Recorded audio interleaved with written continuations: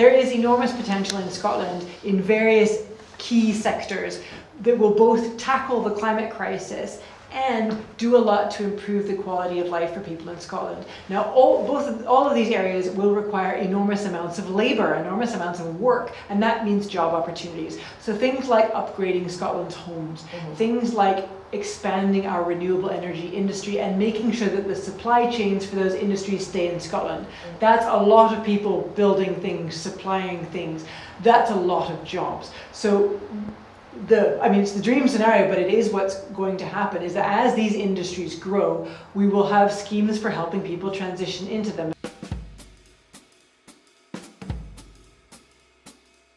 The matter around the energy price rises exactly points out why we shouldn't be dependent on oil and gas, and certainly not on gas that Vladimir Putin has his fingers on the tap.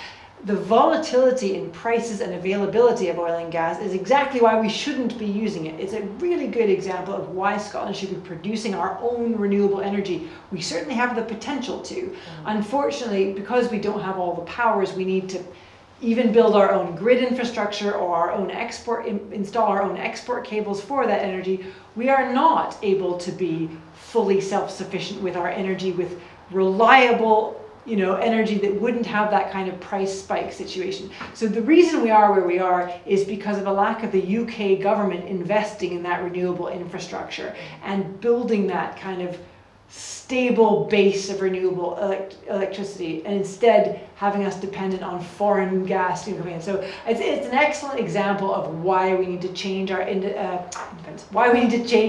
model, but also why we need Scottish independence.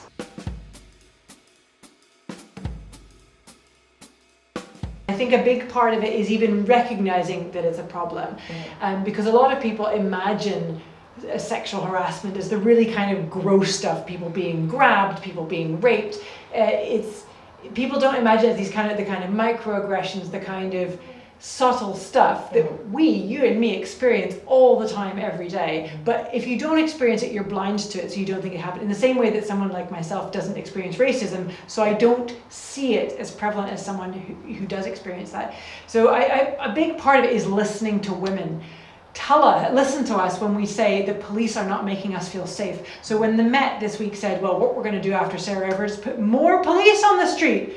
No, the police are the problem. So more Met police on the street are not the solution. So to have to unfortunately give you a short answer to a very complicated question, it is to listen to women. And the more women we have in positions of power, the more women we have in decision-making and leadership positions, the more likelihood we will be able to make the difference. And I think having a female First Minister in Scotland, for example, and having a Scottish government where the ministers are gender balanced makes a difference. Of course, that isn't the case in the UK.